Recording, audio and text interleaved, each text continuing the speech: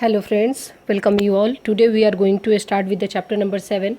It covers basic accounting procedure. It is one of the most important chapter because इसमें से 3 to 4 number के question आ जाते हैं और ये accounting and finance for bankers जो JIB का सेकेंड पेपर है उसका चैप्टर नंबर 7 है, मॉड्यूल बी का chapter number 7. So starting with the basic accountancy procedure. इस चैप्टर में हम जानेंगे कि अकाउंटिंग करते वक्त हमें किन सारी बातों का ध्यान रखना है. जैसे ट्रांजैक्शन रिकॉर्ड करते समय कुछ बेसिक रूल्स ध्यान में रखना है.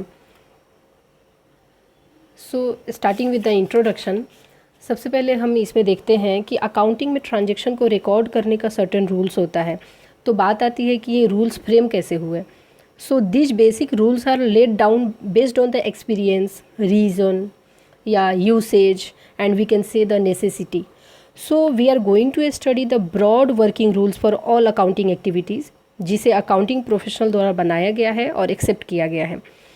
We all know that recording, classifying and summarising in a significant manner of financial transaction is known as accounting.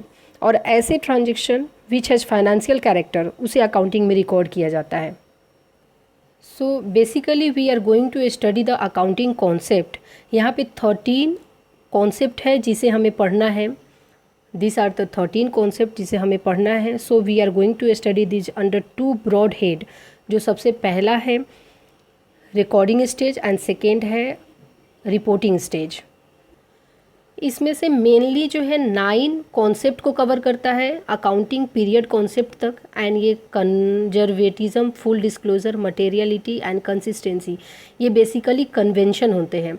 सो आगे के टॉपिक्स में हम देखेंगे कि ये कैसे डिफरेंट है.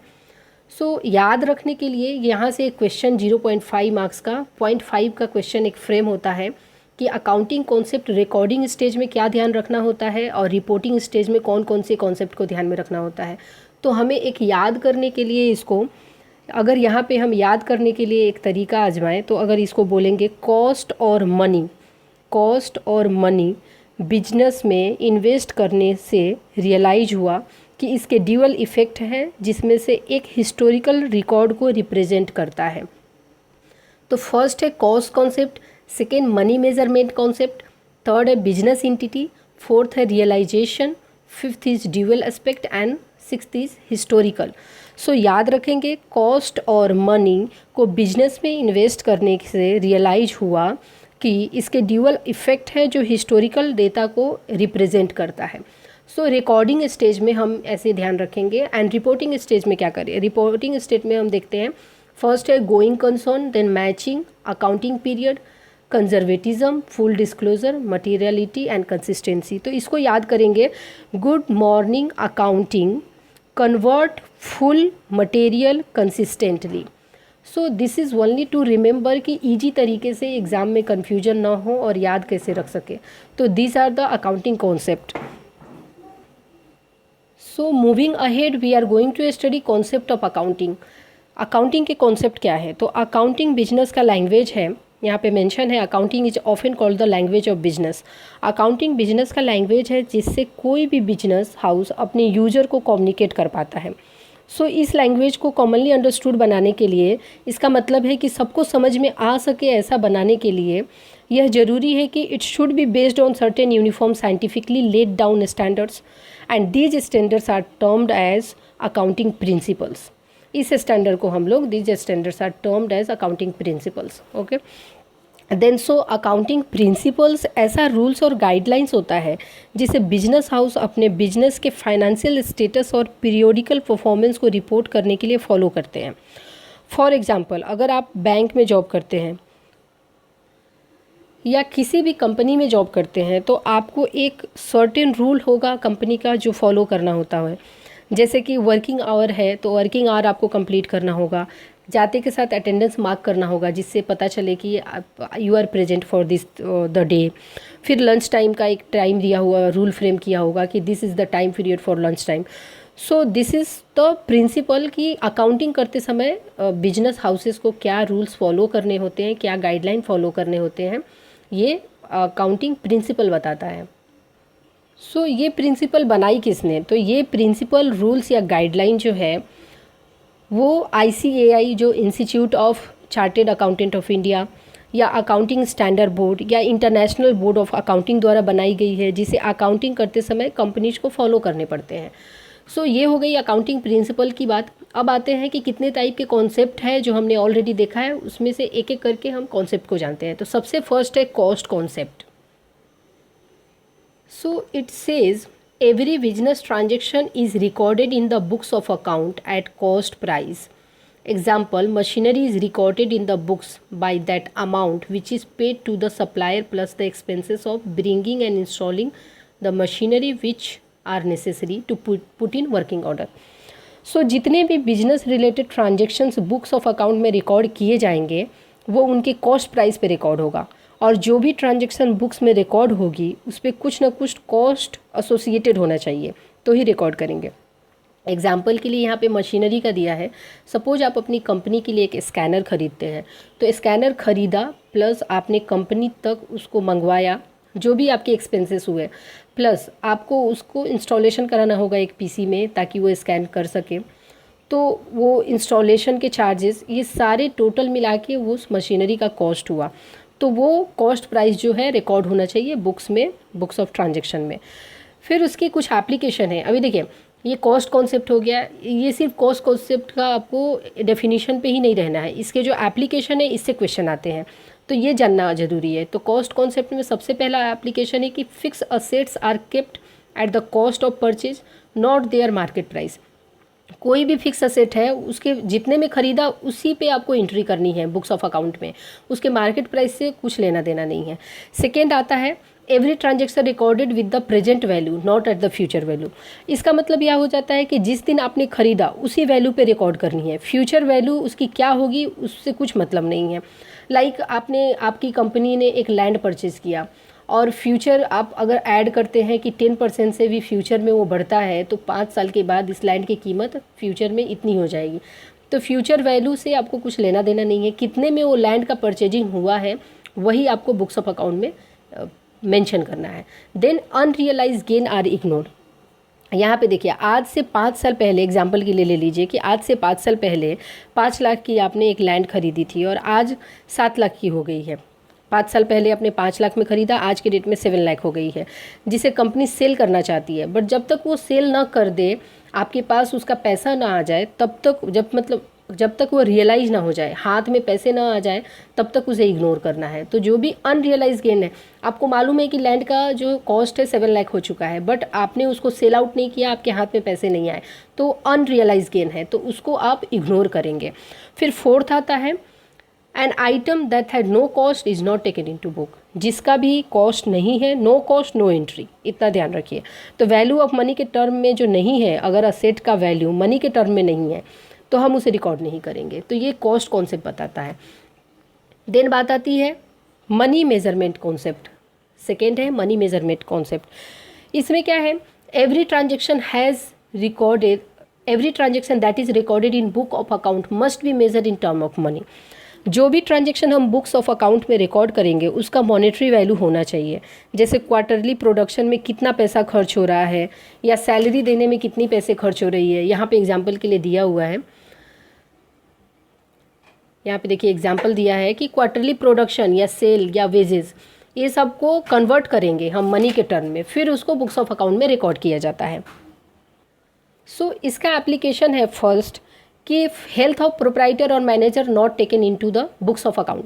इसका मतलब क्या है कि कंपनी का जो ओनर है उसका financial health books of account में रिकॉर्ड नहीं किया जाएगा, क्योंकि ओनर और बिजनेस दोनों डिफरेंट होते हैं। यहाँ फाइनेंशियल हेल्थ का मतलब प्रोप्राइटर या मैनेजर के पास कितना पैसा है, ओनली फाइनेंशियल हेल्थ, उसका फिजिकल हेल्थ से कुछ मतलब नहीं है। और दूसरा है कि we do not include any inflation और deflation in the value of asset. तो मतलब कि असेट की वैल्यू महंगी हो जाए या सस्ती हो जाए उससे कुछ फ़र्क नहीं पड़ेगा, क्योंकि असेट अपने कॉस्ट प्राइस पे बुक्स ऑफ अकाउंट में रिकॉर्ड होती है। सो इन्फ्लेशन डिफ्लेशन की बात नहीं आती है। सो मनी मेजरमेंट के कुछ लिमिटेशन भी है, कुछ लिमिटेशंस हैं। जैसे कि फर्स्ट ये है कि बहुत सारे ऐसे फैक्ट्स हैं जो कंपनी के लिए इम्पोर्टेंट है, उनकी मॉनेटरी वैल्यू नहीं होने के कारण उसे अकाउंट बुक में रिकॉर्ड नहीं किया जाता है। जैसे एमडी या सीईओ, वो तो सबसे वैल्यूएबल वाइटल एम्प्लॉई होता है कंपनी का।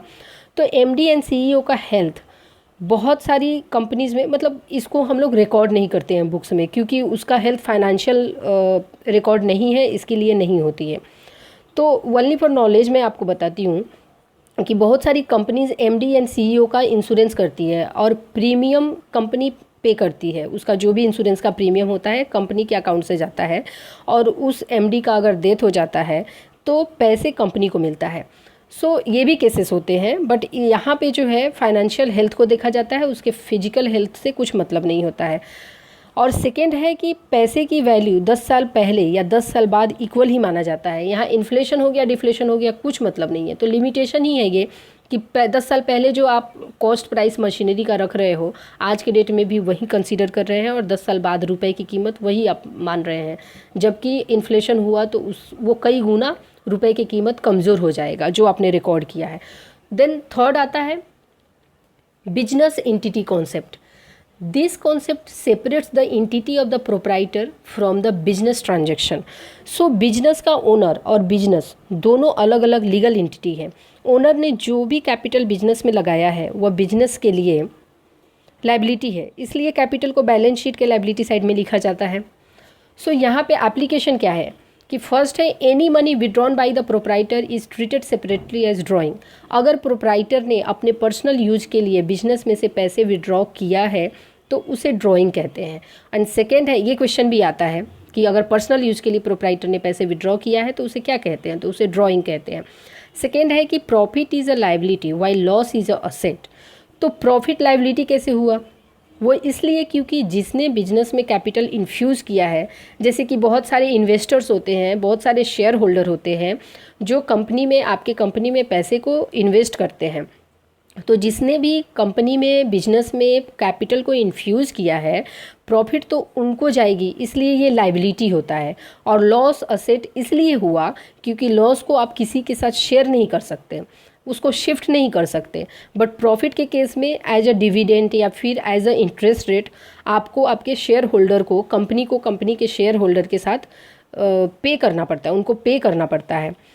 तो इसमें जो है ये बिजनेस एंटिटी कॉन्सेप्ट में एक नोट है कि नोट ये है कि कोई भी बिजनेस और उसका जो ओनर है ये सेपरेट होता है अकाउंटिंग पर्पस के लिए। यहाँ पे देखिए, it may be clarified that it is only for accounting purpose. ये डिस्टिंक्शन जो होता है अकाउंटिंग पर्पस के लिए होता है, कोई लॉ इसको डिस्टिंक्शन को नहीं मानती है। Okay, this is the only for the note कि ये आपको इंपॉर्टेंट समझ में आ जाए। देन आता है रियलाइजेशन कॉन्सेप्ट, फोर्थ नंबर आता है रियलाइजेशन कॉन्सेप्ट। ये क्या कहता है कि this concept tells us when is the revenue treated as realise और earn, it is treated as realise और earn on the that date when the property in the goods pass to the buyer and he become legally liable to pay. यह concept यह बताता है कि जिस date को आपके पास पैसे आ गए, उसकी पोजीशन आपके हाथ में मिल गई, तभी आप लीगली पेमेंट करने के लिए लायबल होते हैं। जैसे कि आपकी सैलरी आ जाती है, क्रेडिट हो जाती है, तभी तो आप कुछ रेंट पे करना चाहते हैं या कुछ ग्रोसरी खरीदना चाहते हैं तो उसको पेमेंट करना चाहते हैं, तो ये सारी चीज़ें कर पाते हैं। तो रियलाइजेशन मतलब आपके हाथ में पैसे आने चाहिए। इसके एप्लीकेशन क्या है कि first, no future income are considered. Future income हम कंसीडर नहीं कर सकते क्योंकि फ्यूचर में जो पैसा आने वाला है किसी भी इन्वेस्टमेंट से हो सकता है वो ना आए, किसी भी रीजन से हो सकता है ना आए। जैसे एग्जांपल के लिए सपोज किसी कंपनी ने म्यूचुअल फंड में कुछ पैसे इन्वेस्ट कर रखे हैं और अच्छी प्रॉफिट मिल रही है, बट हो सकता है कि इकोनॉमी डाउन हो जाए या कोई और रीजन हो जाए, कुछ चेंजेस हो जाए जिसकी वजह से उनका इन्वेस्टमेंट इतना रिटर्न ना दे पाए। तो इसलिए फ्यूचर इनकम को हम लोग इग्नोर करते हैं। नो फ्यूचर इनकम को कंसीडर नहीं किया जाता है। सेकेंड है, goods sold on approval will not be included in sale but taken at cost only. Goods बन के तैयार हुआ उस कॉस्ट पे रिकॉर्ड करेंगे, जो कॉस्ट उसकी लागत में लगी, जितने में वो बन के तैयार हुआ, उसी पे हम उसको बुक्स ऑफ अकाउंट में रिकॉर्ड करेंगे। थर्ड ये कहता है कि the rule of revenue recognition determine that the earning process. So third point is the rules of revenue recognition determine that the earning process should be either complete or near completion। इसका मतलब ये है कि अगर goods को cell करने के बाद आपके पास पैसा 99.99% मिल चुका है या 100% मिल चुका है, तो ही इसे बुक्स ऑफ अकाउंट में आप रिकॉर्ड करेंगे। मतलब 99.99 मिल चुका है, मतलब कुछ फ्रैक्शन ऑफ अमाउंट बचा है तो भी आप रिकॉर्ड कर सकते हैं, या पूरी तरह से कंप्लीट आपको मिल चुका है तो रिकॉर्ड करना है। तो ये हो गई बात आपकी रियलाइजेशन कॉन्सेप्ट की। उसके बाद आता है ड्यूअल एस्पेक्ट कॉन्सेप्ट।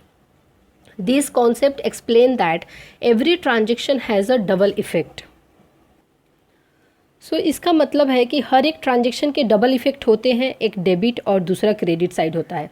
सपोज कि आपके बैंक में एक पर्सन आता है चेक लेके और बोलता है मुझे 10,000 रुपये दे दो, तो आप एंट्री क्या करेंगे?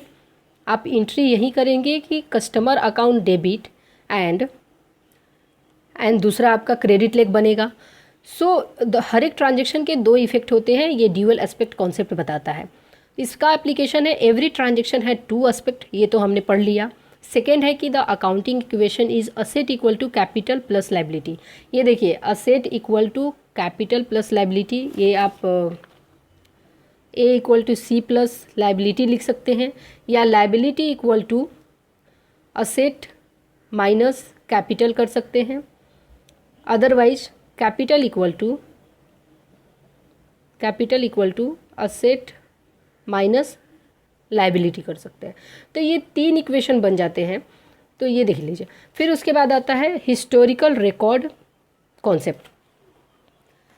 यहाँ पे in account usually past happenings are recorded. इसका मतलब क्या है? हिस्टोरिकल रिकॉर्ड कॉन्सेप्ट मीन्स जो भी बिजनेस ट्रांजेक्शन पास्ट में हुआ है, डेट वाइज जो भी ट्रांजेक्शन बुक ऑफ अकाउंट में रिकॉर्ड किए गए हैं, उसके बेसिस पर असेसमेंट किए जाएंगे, टैक्स पे किए जाएंगे। जैसे कि अपना खुद का ही देखिए कि इंडिविजुअल का, हम सेल्फ का जो भी ट्रांजेक्शन्स करते हैं पूरे साल में, अभी फाइनेंशियल ईयर जो आपका 2021, सो फाइनेंशियल ईयर 2021 अभी चल रहा है, तो हमें अगर 1920 का फाइनेंशियल ईयर 2019 टू 2020 का जो टैक्स पेमेंट करना है, वो हम लोग इस ईयर कर पाएंगे। तो रिकॉर्ड जो हमारा 1920 का सारे रिकॉर्ड जो भी होंगे हमारे इंडिविजुअल के खर्चे के या इनकम के, वो सारे रिकॉर्ड होंगे। उसके बेसिस पे आपको बैंक अकाउंट देना पड़ता है, फॉर्म 16 देना पड़ता है। ये सब ये इसलिए देना होता है ताकि आपके जो भी ट्रांजेक्शन रिकॉर्ड हुए हैं उसके बेसिस पे आपकी टैक्स लाइबिलिटी कितनी होती है उसकी पेमेंट होती है।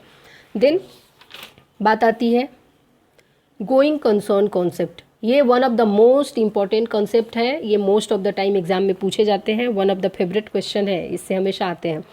सो इसमें है कि this concept indicate that the business is going concern and that the transactions are record accordingly. यह one of the most important concept है किसी भी बिजनेस के लिए, क्योंकि it is used for valuation of the form. इसका simple मतलब है कि company is going to continue its business operation in future and currently there is no reason to believe that the business operation of the organisation will come to an end, इसलिए इसको going concern बोला जाता है। तो सबसे पहला ये है कि the fix asset are value at the cost and not at the market price, already हमने ये पढ़ा है। सेकेंड बोलता है कि current asset are valued at cost और the market value whichever is less, दोनों में से कम होगा उसी पे करेंट असेट का वैल्यूएशन होगा, कॉस्ट उसकी लिखी जाएगी बुक्स ऑफ अकाउंट में। तो आप जानते हैं कि करेंट असेट क्या है, चलिए मैं एक बार बता देती हूँ। Current assets means cash and other assets जिसे हम within a year cash में कन्वर्ट कर सकें। एंड थर्ड हो जाता है depreciation is provided based on the total number of year of the life of asset, balance of 1 year are carried forward to next year. So suppose 1 lakh की Xerox machine खरीदी आपने अपनी company के लिए और रिटेन डाउन वैल्यू मेथड से 20% का depreciation charge करते हुए 1 लाख पे 20% आपने निकाला तो 20,000 हो गया। 20,000 को आपने 1 लाख से माइनस कर दिया तो 80,000 रुपये आपके पास बच गए। तो 80,000 रुपये जो है वो नेक्स्ट ईयर फॉरवर्ड हो जाएंगे, balance of 1 year are carried forward to next year. तो जो भी डिप्रिसिएशन है, जो भी मेथड से आप डिप्रिसिएशन कैलकुलेट कर रहे हैं, जो आपका बैलेंस अमाउंट बचता है वो नेक्स्ट ईयर के लिए फॉरवर्ड हो जाता है। तो ये गोइंग कंसर्न बताता है। देन आता है fourth is reserve and provisions are created for any future liability, मतलब फ्यूचर लाइबिलिटी को पे ऑफ करने के लिए, बिजनेस है तो फ्यूचर में लाइबिलिटी तो होगी ही होगी, इसलिए फ्यूचर लाइबिलिटी को पे ऑफ करने के लिए फंड की प्रोविजनिंग करनी पड़ती है ताकि फ्यूचर में उसे आसानी से पे किया जा सके। जब भी ज़रूरत हो उस समय आपको कहीं अदर प्लेसेस से, कहीं अदर जगह से जुगाड़ करने की ज़रूरत ना पड़े। आपने एक प्रोविजनिंग कर रखी है, उसके बेसिस पे आप पेमेंट कर सकते हैं। अभी इंडिविजुअल का एग्जांपल ले लेते हैं कि आपने सपोज बैंक में विजिट किया और किसी ने आपको इंश्योरेंस पिच किया। अभी चलिए आपने इंश्योरेंस तो ख़रीद लिया, बट आप पैसे हर साल पे कर पाएंगे क्या? आपको इतनी ये नहीं है कि मैं कि कहाँ से पैसे लाऊंगा, या at the time of payment मेरे पास पैसे नहीं होगी। तो आप क्या करेंगे कि उन्होंने ही आपको सजेशन दिया, जो आप आरएम थे, रिलेशनशिप मैनेजर थे, उन्होंने ही आपको सजेस्ट किया, तो एक काम करो, एक आरडी बुक कर लो। आप सपोज 20,000 आपको पे करना है या 24,000 आपको पेमेंट दे रहे हैं वो साल में एक बार पे करने का इंश्योरेंस का प्रीमियम, तो आप 2,000 का एक आरडी कर लो, ताकि उस पेमेंट के डेट पे आपको 24,000 आपके पास आ जाए। तो ये हो जाता है आपका reserve and provision to create future liability को पे करने के लिए आपको प्रोविजनिंग करनी पड़ती है। देन बात आती है डिफर्ड रेवेन्यू एक्सपेंडिचर। ये क्वेश्चन तो ऐसा लाइन ही उठा के पूछा हुआ है कि गोइंग कंसर्न कॉन्सेप्ट में ये कि एप्लीकेशन में इसमें से कौन से है या नहीं है। तो deferred revenue expenditure are written off, देखिए ये ध्यान में रखिए, क्योंकि डिफर्ड रेवेन्यू एक्सपेंडिचर हमें नेक्स्ट मैचिंग कॉन्सेप्ट में भी पढ़ने को मिलेगा यहाँ पे। सो यहाँ पे रिटन ऑफ होता है। तो सबसे पहले तो डिफर्ड रेवेन्यू एक्सपेंडिचर को समझने से पहले हम लोग कैपिटल एक्सपेंडिचर और रेवेन्यू एक्सपेंडिचर समझते हैं। कैपिटल एक्सपेंडिचर ऐसी असेट परचेज करना जो लॉन्ग टर्म के लिए बिजनेस की अर्निंग कैपेसिटी को इंक्रीज़ करता है। एग्जाम्पल के लिए बिल्डिंग हो गया, प्लांट एंड मशीनरी हो गया, फर्नीचर हो गया, कॉपीराइट्स हो गए, एक्सेट्रा। एंड रेवेन्यू एक्सपेंडिचर क्या होता है? रेवेन्यू एक्सपेंडिचर के केस में कंपनी सिर्फ एक साल के लिए बेनिफिटेड होगा। एग्जाम्पल बोल सकते हैं कॉस्ट ऑफ रॉ मटेरियल, या लेबर एक्सपेंसेस, या डिप्रिशिएशन ऑन असेट। ये सारी चीज़ें जो हो गई वो आ जाती है रेवेन्यू एक्सपेंसेस में, रेवेन्यू एक्सपेंडिचर में। सो इसके बाद जो है capital expenditure and revenue expenditure को समझने के बाद हम समझते हैं डिफर्ड रेवेन्यू एक्सपेंडिचर क्या होता है। सो डिफर्ड रेवेन्यू एक्सपेंडिचर का मीनिंग है कि the expenses which incurred while accounting period and the result and benefit of this expenditure are obtain over the multiple year in the future. जैसे कि एक company ने कोई नया प्रोडक्ट लॉन्च किया और उसको लॉन्च करने के लिए एडवर्टाइजमेंट कॉस्ट लगा उस पर। सो एडवर्टाइजमेंट कॉस्ट तो उसी फाइनेंशियल पीरियड में लग गया, बट उसके जो एक्सपेंसेस हैं, उसके जो इनकम है, उसको तो बाकी दूसरे साल में भी आते रहेंगे। तो डिफर्ड रेवेन्यू एक्सपेंसेस में इसको कंसीडर किया जाता है। या दूसरी एग्जांपल देख लीजिए कि अर्थक्वेक या फ्लड आने की वजह से कुछ लॉस हो गया, तो वो भी डिफर्ड रेवेन्यू एक्सपेंसेस में आता है। नेक्स्ट है कि it also help investors as they can assume the life of business entity to be infinite. Investor ये एज्यूम करते हैं कि बिजनेस का लाइफ इन्फिनाइट है। आज आपने किसी कंपनी का शेयर खरीदा, उसमें इन्वेस्ट की, और जैसे ही आपको मुनाफा हुआ तो आपने डिसइन्वेस्ट कर दिया, आपने अपना शेयर बेच दिया। तो ऐसा नहीं है कि आपके शेयर बेचने से वो कंपनी बंद हो जाएगी या ऐसे ही दूसरा कोई इन्वेस्ट करेगा। तो इसका मतलब होता है कि बिजनेस की लाइफ इन्फिनाइट समझते हैं इन्वेस्टर, मतलब इन्वेस्टर आते रहेंगे जाते रहेंगे। उसके बाद आता है मैचिंग कॉन्सेप्ट। मैचिंग कॉन्सेप्ट में ये कॉन्सेप्ट एक्सप्लेन करता है कि we have to match the income of certain period with expenses of that period only. It means एक सर्टेन पीरियड के इनकम से उसी सर्टेन पीरियड के एक्सपेंसेस को मैच करना होता है। इसके एप्लीकेशन ये है कि all adjustment regarding prepaid expenses, outstanding expenses are made in the final account. और ये मैच इनकम और एक्सपेंसेस उसी पीरियड से मैच करना जाता है, और प्लस कुछ प्रीपेड एक्सपेंसेस या आउटस्टैंडिंग एक्सपेंसेस बच जाते हैं, उसको फाइनल अकाउंट बनाते समय आपको एडजस्ट करना पड़ता है। सेकेंड है कि deferred revenue expenditure concept arises due to this. ये डिफर्ड रेवेन्यू एक्सपेंडिचर जो है ये इसी वजह से अराइज होता है, मैचिंग कॉन्सेप्ट की वजह से अराइज होता है। देन आता है accounting period concept. It is assumed that the business will run for a long period, therefore accounts of each period are recorded। मतलब बैलेंस शीट बनाते समय अकाउंटिंग पीरियड करेक्ट ले, यही इसका मेन मोटो है कि सपोज बिजनेस वो long period के लिए चलेगा, तो आप जब भी अकाउंटिंग जो भी बैलेंस शीट बना रहे हैं तो स्पेसिफिक फाइनेंशियल ईयर के डेटा को, ट्रांजेक्शन्स को आप लें। यही अकाउंटिंग पीरियड कॉन्सेप्ट बताता है। अभी ये अकाउंटिंग पीरियड के साथ जो है हमारा कॉन्सेप्ट ख़त्म होता है और कन्वेंशन चालू होते हैं। तो कन्वेंशन ऑफ अकाउंटिंग, कन्वेंशन का मतलब है एक सीक्वेंस होता है जो अकाउंटिंग करते वक्त ध्यान में रखना ज़रूरी होता है। सबसे पहला है accounting of full disclosure. Entries are made in such a way that they provide honestly all information related to the activity of business. इसका मतलब है कि फुल डिस्क्लोज़र होना चाहिए, जो भी ट्रांजेक्शन्स हो रहे हैं उसका बराबर से एंट्री होना चाहिए। डिस्क्लोज़र ऑल इन्फॉर्मेशन को डिस्क्लोज़ करना ज़रूरी होता है। कुछ भी डेटा चुराना, कॉन्सील करना, the record should not council anything from outsider. Outsider से कुछ भी डेटा चुराना नहीं है, छुपाना नहीं है, ये फुल डिस्क्लोज़र यही बताता है। This implies that account must be honestly prepare और all material information must be disclose therein. जितने भी मटेरियल इन्फॉर्मेशन है उसको डिस्क्लोज करना ज़रूरी है, प्लस ऑनेस्टली प्रिपेयर करना ज़रूरी है। और इसमें एक है कि the practice of appending note relating to the various fact और item that do not find place in accounting statement. अभी देखिए यहाँ पे बैलेंस शीट में आपको पता है कि जो भी एग्जैक्ट अमाउंट मटेरियल फैक्ट होते हैं वही दिखाया जाता है, जिनका फाइनेंस के टर्म में, पैसे के टर्म में जिनका वैल्यू होता है। अदरवाइज हम लोग नोट्स की तरह प्रिपेयर करते हैं। एक बैलेंस शीट में एक नोट बनाते हैं जिसमें कंटिजेंट लायबिलिटी और मार्केट वैल्यू ऑफ इन्वेस्टमेंट को नोट किया जाता है।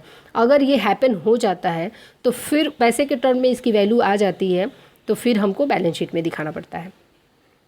कंटिजेंट लायबिलिटी आप समझ रहे हैं, जैसे कि एलसी और बीजी के केस में कि बैंक गारंटी देती है कि अगर कस्टमर ने पे नहीं किया, मेरे क्लाइंट ने पे नहीं किया, तो उसके बिहाफ में पेमेंट मैं करूंगा। और ऐसे कुछ केसेस आ जाते हैं, जैसे कि पंजाब नेशनल बैंक में आपने नीरव मोदी का केस देखा होगा, जिसमें एलसी उन्होंने लिया था और बाद में बैंक की लायबिलिटी हो गई थी, पंजाब नेशनल बैंक की लायबिलिटी हो गई थी, उनको पे करने का आया था। तो वो बाद में उनके बैलेंस शीट में एज अ कंटिजेंट लायबिलिटी जो है, पहले तो नोट्स होंगे, बाद में जैसे ही वैल्यू पैसे की टर्म में आती है तो कंटिजेंट लायबिलिटी बैलेंस शीट में उनको शो करना पड़ता है। देन बात आती है कन्वेंशन ऑफ मटेरियलिटी। ये कन्वेंशन ऑफ मटेरियलिटी ये कहता है कि all material information must be recorded. Materiality, convention of materiality का मतलब है कि जो भी मटेरियल इन्फॉर्मेशन है सिर्फ उसे रिकॉर्ड करना ज़रूरी है। जो इनसिग्निफिकेंट है, इररिलेवेंट है, उसे रिकॉर्ड करने की ज़रूरत नहीं है। जैसे पैसा, यहाँ पे देखिए नोट में दिया है, एग्जाम्पल में दिया है कि पैसा not recorded insignificant item separately. जैसे पैसा को सेपरेटली रिकॉर्ड करने की ज़रूरत नहीं है क्योंकि वो इनसिग्निफिकेंट है। उसके बाद बात आती है, तो एप्लीकेशन देखिए, accountant does not record insignificant, जो डेफिनेशन दिया है वही एप्लीकेशन है। देन बात आती है convention of conservatism. While recording transaction, all possible losses must be taken into consideration while all anticipated profit should be ignored. इसको प्रिंसिपल ऑफ प्रूडेंस भी कहते हैं। यह कन्वेंशन यह बताता है कि ट्रांजैक्शन रिकॉर्ड करते वक्त सारे पॉसिबल लॉस को कंसीडर किया जाए और जितने भी एक्सपेक्टेड प्रॉफिट है, एंटिसिपेटेड प्रॉफिट दिया है ना, मतलब फ्यूचर में जो प्रॉफिट आने वाली है उसे इग्नोर किया जाए। हम इसे प्रिंसिपल ऑफ प्रूडेंस भी कहते हैं। उसके बाद बात आती, एप्लीकेशन इसका है कि creation of provision for doubtful asset, कि कुछ डाउटफुल असेट्स हैं उसके लिए, उसको रिप्लेसमेंट के लिए आपको पैसे की प्रोविजनिंग करनी पड़ेगी कि एक 10% के हिसाब से मैं इस असेट के लिए इतना पैसा रख रहा हूँ ताकि फ्यूचर में इसको रिप्लेस कर सकूँ। फिर क्रिएशन ऑफ कंटिजेंसी रिजर्व, जैसे कंटिजेंसी आपने देखा यहाँ पे कंटिजेंट लायबिलिटी अचानक से आ जाती है तो उस कंडीशन के लिए कुछ पैसे रखना। फिर value of stock in hand at lower cost than market price, तो ये इसको ध्यान में रखना। Show the joint life policy at surrender value and the asset side of the balance sheet. So इसके केस में, कंजर्वेटिज्म के केस में जो मेन पर्पस यही होता है कि आपको प्रोविजनिंग करना पड़ता है कि कुछ भी आपको रिप्लेसमेंट करना हो फ्यूचर में, उसके लिए आप पैसे जो है आप रखें अपने पास, अपने प्रोविजन करके रखें पैसों की। Then convention of consistency, it is method is selected, if a method is selected for recording purposes it must be regularly follow in the future also. ये कन्वेंशन ऑफ कंसिस्टेंसी ये कहता है कि जो भी मेथड चूज़ करेंगे आप financial transaction को रिकॉर्ड करने के लिए, वही आप फुल अकाउंटिंग पीरियड के लिए यूज़ करना चाहिए। अदरवाइज़ कुछ चेंजेस किया आपने और बिजनेस में उसकी वजह से कुछ इम्पैक्ट आया तो उसे सेपरेटली दिखाना पड़ता है, तो ये आ जाता है कंसिस्टेंसी। देन सब एग्जाम्पल के लिए यहाँ पे दिया है कि अगर आपने डिप्रिशिएशन का स्ट्रेट लाइन मेथड का यूज़ किया है तो फुल अकाउंटिंग पीरियड में आपको इसी मेथड का यूज़ करना चाहिए। अदरवाइज आपने कुछ चेंजेस किया तो उसका इम्पैक्ट जो है आपको अकाउंटिंग में आपके सेपरेटली दिखाना ज़रूरी है। देन गोइंग कंसर्न एंटिटी यहाँ पे एलिबरेट कर दिया है। गोइंग कंसर्न तो हम जानते ही हैं, one of the most important, मैंने बताया भी आपको। तो यहाँ पे एलिबरेट कर दिया है कि business and entity are separate होता है। बिजनेस और एंटिटी सेपरेट होता है, वो तो बिजनेस एंटिटी कॉन्सेप्ट में हमें देखा। गोइंग कंसर्न में होता है कि फ्यूचर मतलब इन्फानाइट टाइम के लिए आपका कंपनी जो है वो चलेगा, आपका बिजनेस इन्फानाइट टाइम के लिए है, लॉन्ग टर्म के लिए है, वो गोइंग कंसर्न। बिजनेस एक गोइंग कंसर्न है, मतलब वो चलते जा रहा है, उसका कुछ एंड नहीं है। उसके इन्वेस्टर यही सोचेंगे कि इस कंपनी का कुछ एंड नहीं होने वाला है। तो ये सारी चीज़ें ये गोइंग कंसर्न में आप देखेंगे। उसके बाद बात आती है double entry system. Double entry system क्या है? तो डबल एंट्री सिस्टम जो है, there are two types of keeping record. Bookkeeping record के दो तरीके होते हैं। सबसे पहला होता है सिंगल एंट्री, दूसरा होता है डबल एंट्री। सिंगल एंट्री जो है उसको इनकम टैक्स डिपार्टमेंट इसे कंसीडर नहीं करती है। दूसरा ये होता है कि वो टाइम सेविंग होता है और वो अनसाइंटिफिक होता है। प्लस छोटे मोटे जो बिजनेस करने वाले लोग हैं, स्मॉल बिजनेस, उसे फॉलो करती है।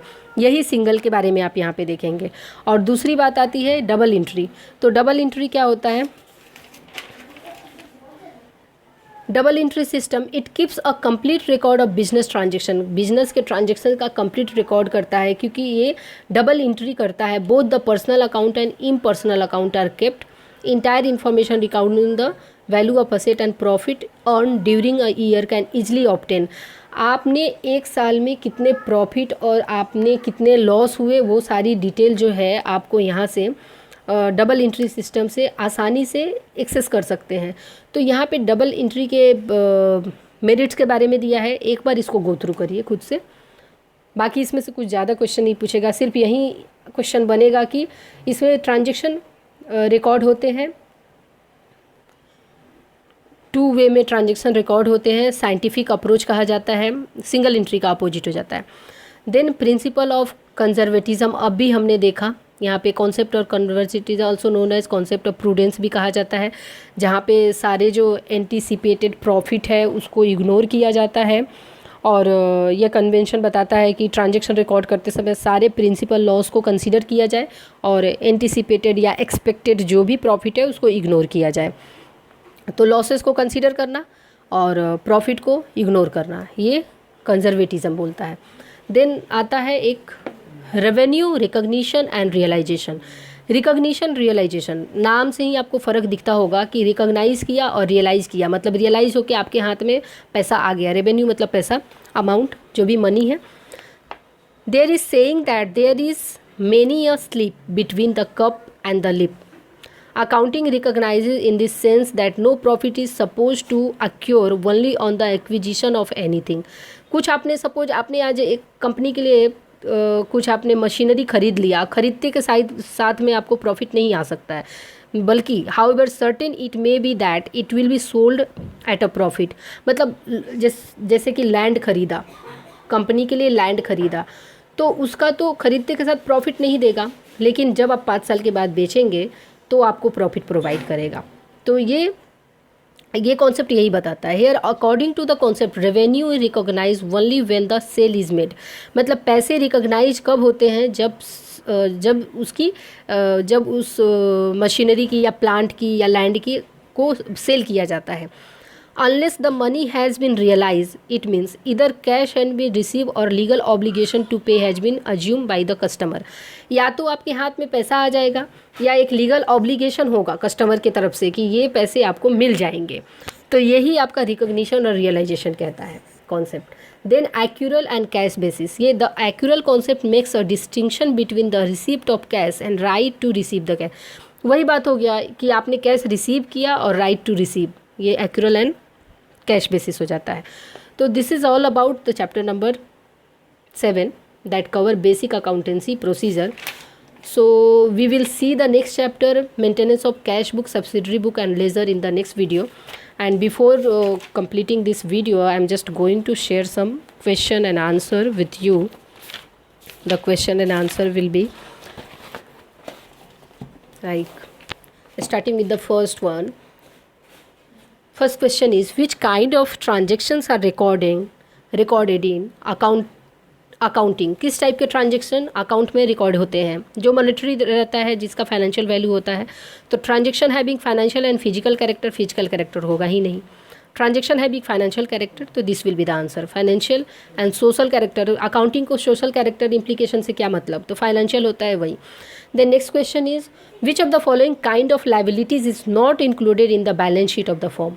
बैलेंस शीट में कौन सा नहीं होता है? Current liability, long term liability, contingent. ये देखिए कंटिजेंट, अभी हमने देखा कि बैलेंस शीट में एक नोट होता है, उसमें हम contingent liability plus future value of investment या जो भी असेट, उसको हम लोग नोट में लिखते हैं।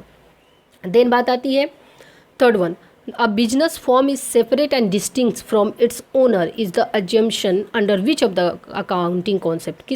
कौन से अकाउंटिंग कॉन्सेप्ट में? सबसे पहला है बिजनेस एंटिटी में। बिजनेस एंटिटी में दोनों सेपरेट एंटिटी होता है, owner and the business are separate entity. Going concern में तो आपको पता है कि गोइंग कंसर्न आपका जो कि इन्फिनाइट तक चल रहा है बिजनेस, उसका कुछ एंड नहीं है, इन्वेस्टर पॉइंट ऑफ व्यू से यही सोचा जाता है। देन क्वेश्चन आती है, distinction between an expenditure whose benefit will be for a long period and whose benefit for a short period of say up to 1 year is made under which concept? कौन से concept में होता है? सो ये आता है आपका गोइंग कंसर्न एंटिटी में। देन बात आती है next question, the entire life of a business entity is divided into shorter time interval से 1 year under which of the following? Dual aspect principle, going concern, cost principle या accounting principle? Entire life of a business entity is divided into shorter time interval. Shorter time interval में आपका जो shorter time interval में business की entity, business के life को shorter time में किस में करते हैं?